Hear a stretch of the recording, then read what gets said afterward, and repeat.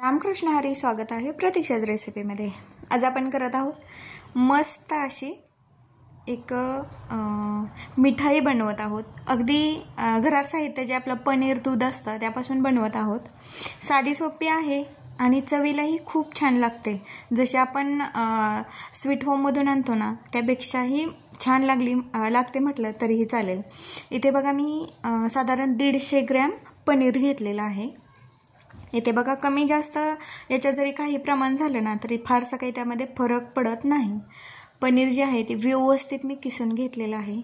म्हणजे तुम्ही स्मॅश केलं तरीही चालेल, परंतु बघा थोड्याफार गुठळ्या राहतात म्हणून मी आपले व्यवस्थित असं एका बारीक जी किसणी असते आपली त्याने किसून घेतलेलं आहे।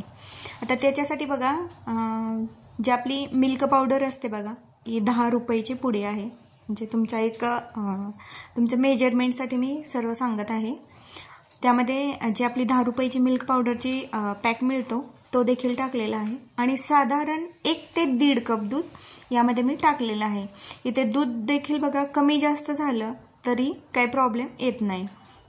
आता ते व्यवस्थित असं सर्व मिक्स करून घ्यायचं आहे।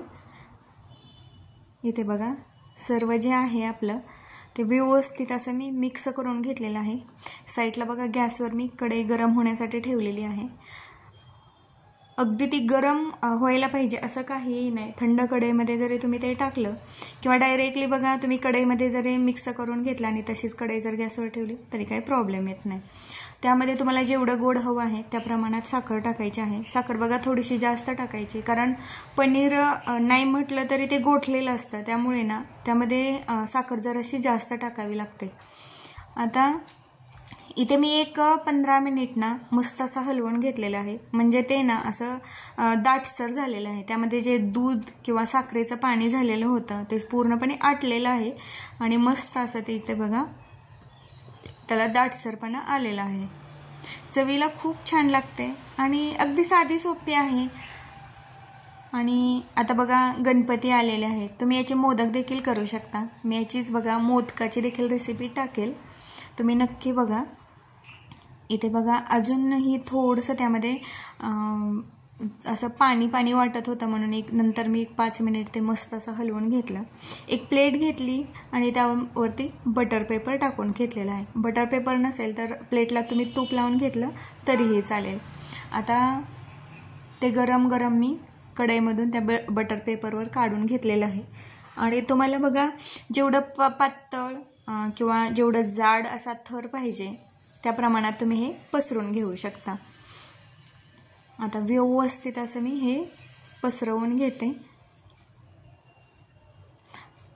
तुम्ही बघा केकचा जो टीन असतो त्यामध्ये घेतलं तरीही चालेल किंवा कशामध्येही घेतलं तरी चालेल।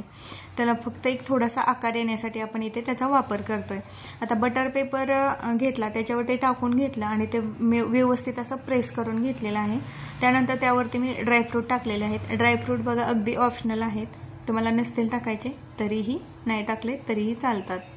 आता ते मस्त असे व्यवस्थित मी हाताच्या साहाय्याने प्रेस करून घेतले आणि 10 ते 15 मिनिट किंवा अर्धा तास बघा जसं ते थंड होत जाईल ना तसं ते बघा छान असं घट्ट होतं आणि त्याला असा थोडासा कडकपणा येतो। अगदी जास्त नाही, परंतु तुम्ही हाताच्या साहाय्याने व्यवस्थित असं उचलू शकाल अशा पद्धतीचं ते होतं।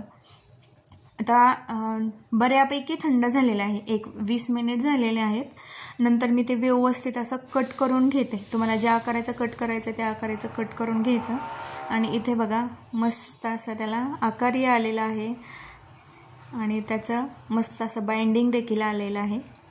दिसायलाही सुरेख आहे आणि चवीलाही अप्रतिम असं आहे। बघा कोण अचानक आलं किंवा कुठे जायचं झालं तर मस्त अशी तुम्ही मिठाई घरच्या घरी करू शकता। व्हिडिओ पाहिल्याबद्दल खूप धन्यवाद आणि प्लीज लाईक करा, शेअर